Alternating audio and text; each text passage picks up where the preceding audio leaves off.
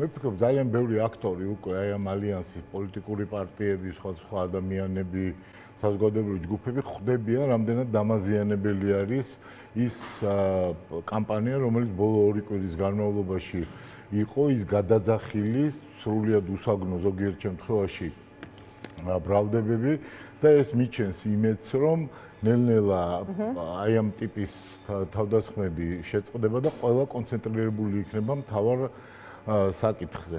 აი ასეთი განცდა მაქვს მე და ამავე დროს მინდა ვთქვა, რომ ძალიან კარგია თქვენი რემარკა, რომ აი როდესაც ხალხზე დაიწყეთ ლაპარაკი, ყველა ჩვენგანს, ყველა პოლიტიკურ პარტიას, ყოველ პოლიტიკოს თვალწინ უნდა ედგეს, რას ფიქრობს ხალხი, რას ელის ხალხი. ეხლა აი გნებავთ ამ ალიანსისაგან, გნებავთ ყველა პოლიტიკური პარტიისგან, ან პოლიტიკოსისაგან, ის ელის ამას, რომ აი ეს გამუდმებული დავა გაგრძელდეს ერთმანეთთან, თუ ყველა იყოს ორიენტირებული მთავარი საკითხისაკენ, რომ ის ბრძოლა, რომელიც არის 2024 წლის მერე ახალი ძალით წამოწყებული და რაც პირდაპირ ეხება აი ამ გაყალბებულ არჩევნებს და ამ არჩევნების არაღიარებას მთელი სამყაროს მხრიდან, რომ ეს ბრძოლა იყოს გაგრძელებული და ლოგიკურ მიზნამდე ყველანი ერთად მივიდეთ.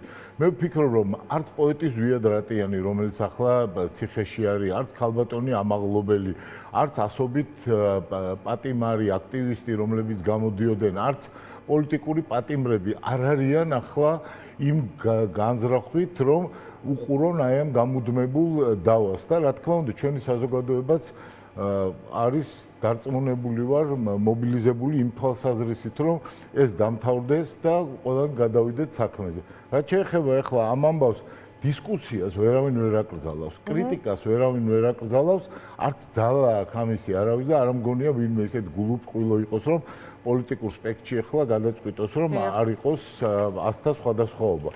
აქ სხვა რამ არის მთავარი, არ უნდა იყოს უსაგნო ბრალდებები, არ უნდა იყოს სიცრუის ტირაჟირება. ეხლა შეუძლებელია ხო რომ მიმოიხილო ყველა ადამიანის გამონათქვამები, ვინ რა უთხრა ერთმანეთს და ამ შემდეგ, მაგრამ ერთი აუცილებლად უნდა ითქვას, ბრალდება იმის შესახებ, რომ ვიღაცა არის ივანიშვილთან დაკავშირებული, ვიღაცა ივანიშვილისგან იღებს რაღაც სახსრებს იმისათვის, რომ ტორპედირება მოახდინოს ოპოზიციის, მე მიმაჩნია, რომ არის საუკეთესო საჩუქარი ამ რეჟიმისათვის.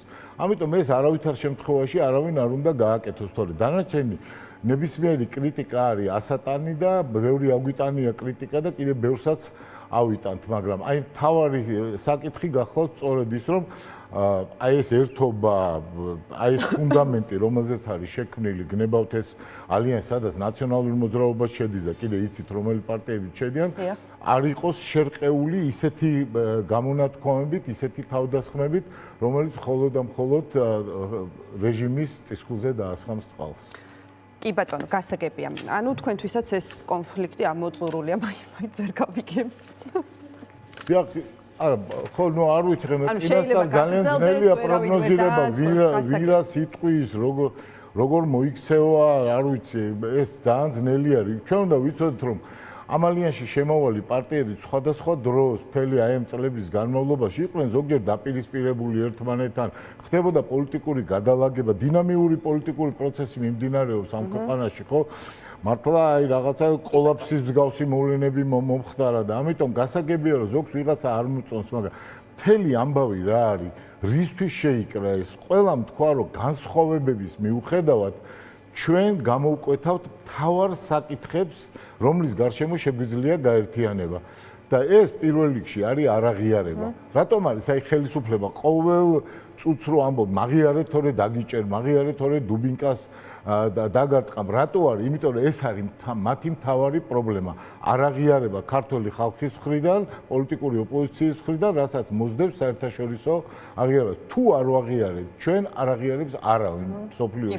ამიტომ ეს არის ყველაზე უფრო მოწყვლადი მისი ადგილი და ასე ცდილობს, რომ ყველანაირად ცდილობს, რომ მიაღწიოს ამ აღიარებას. ამიტომ ეს არის ფუნდამენტი ახლა ამ ალიანსის და დანარჩენი ახლა რაღაც უსაგნო გადაზახილი, მე მგონია, რომ არ არის იმდენად მნიშვნელოვანი, რომ ვერ მიხვდნენ ახლა ეს პოლიტიკური აქტორები, რომ არავითარ შემთხვევაში ამის გაგრძელება არ არის საჭირო. მომწავლმა გაზმა ხო არ გაარჩია არც ერთი პოლიტიკური პარტია, რომელ პოლიტიკურ ყველა მოწამლა, ხო ვინც იქ იყო. ის აქტივისტიც, მშვიდობიანი პროტესტანტიც, ჟურნალისტებს, როდესაც ურტყამდნენ, ხო, იქ ფორმულა ჟურნალისტიც იყო, TV პირველი ჟურნალისტიც იყო და ყველა ტელევიზიის იყო. ამიტომ ასე უნდა შევხედოთ ამას, რეჟიმი არ გაგვარჩევს ჩვენ, რეჟიმის ჩვენ ყველანი ვართ. სხვადასხვა სამთავრობო არქის ჟურნალისტებიც დაშავდნენ კი ბატონო, აი ესეც არის და აი ამიტომ ამისი გასიგრძეგანება ეხლა მე ვფიქრობ, რომ არის ერთ-ერთი მნიშვნელოვანი ამოცანა. კი ბატონო, რა ტიპის სამუშაო არის მაშინ ბატონ ნუგზარ გასატარებელი იმისთვის, რომ თუნდაც იგივე ალიანსი, რომელიც ერთი მხრივ რაღაცნაირად პასუხობს საზოგადოების ნაწილის დაკვეთას, აი გაერთიანებასთან და ერთობასთან დაკავშირებით, უფრო მეტად ასხივებდეს ამ ერთობას და აი თქვენ თავში თქვით ინტერვიუს დასაწყისში, რომ კარგია რომ ხალხი ახსენეთო, აი სად ასხივებთ იმას, რომ აი რიგითი მოქალაქეც მათ შორის არის თქვენი პრიორიტეტი, თქვენს დღის წესრიგში თუნდაც, აი სად შეიძლება დაინახოს საკუთარი თავი ასეთმა მოქალაქემ? პირველ რიგში ძალიან მნიშვნელოვანია მხილება. საერთოდ ქართული ეროვნული მოძრაობისათვის მისი დასაბამიდან დღემდე უდიდესი მნიშვნელობა ჰქონდა აი ამ სიტყვას და ამ სიტყვიდან გამომდინარე მოქმედებებსაც.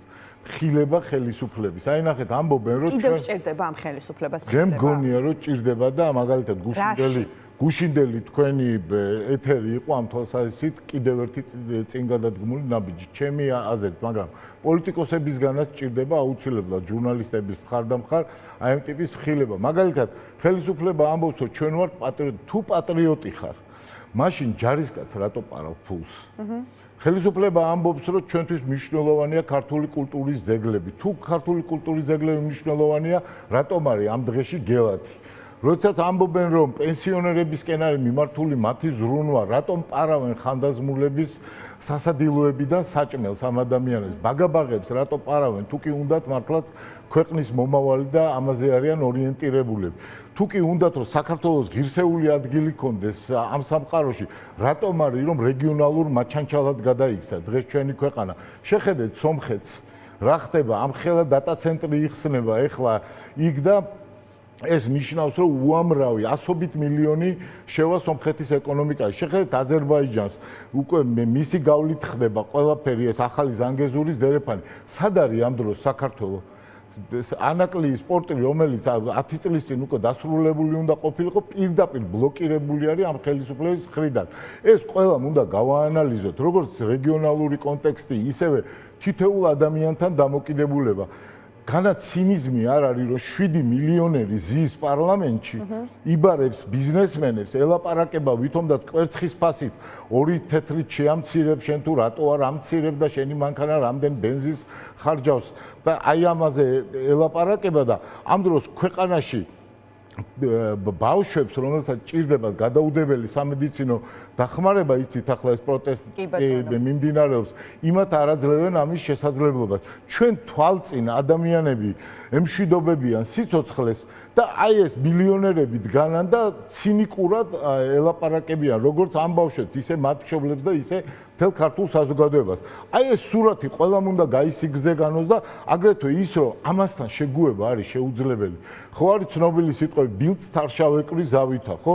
ასე არ შეიძლება ამასთან შეკრა. ამათი თამაშის წესებით მოქმედება და მივადექით იმ საკითხსაც, ხო, რომ ბევრმა ადამიანმა ეს უნდა გაიგოს და ხალხმაც უნდა თქვას, რომ ისიც არ ეგუება აი ამ ვითარებას. ამიტომ არის მნიშვნელოვანი ის 26 მაისი, რომელზეც ახლა ყველანი ძალიან ბევრს საუბრობთ, სოფლად, ქალაქად, ტელევიზიის ეთერებით, სოციალური ქსელებით, იმიტომ რომ აი ჩემთვის უკითხავთ, იცით რომ რა ეხლა რო დავენახოთ, იმიტომ უნდა გამოვიდეს ვინმე ქუჩაში.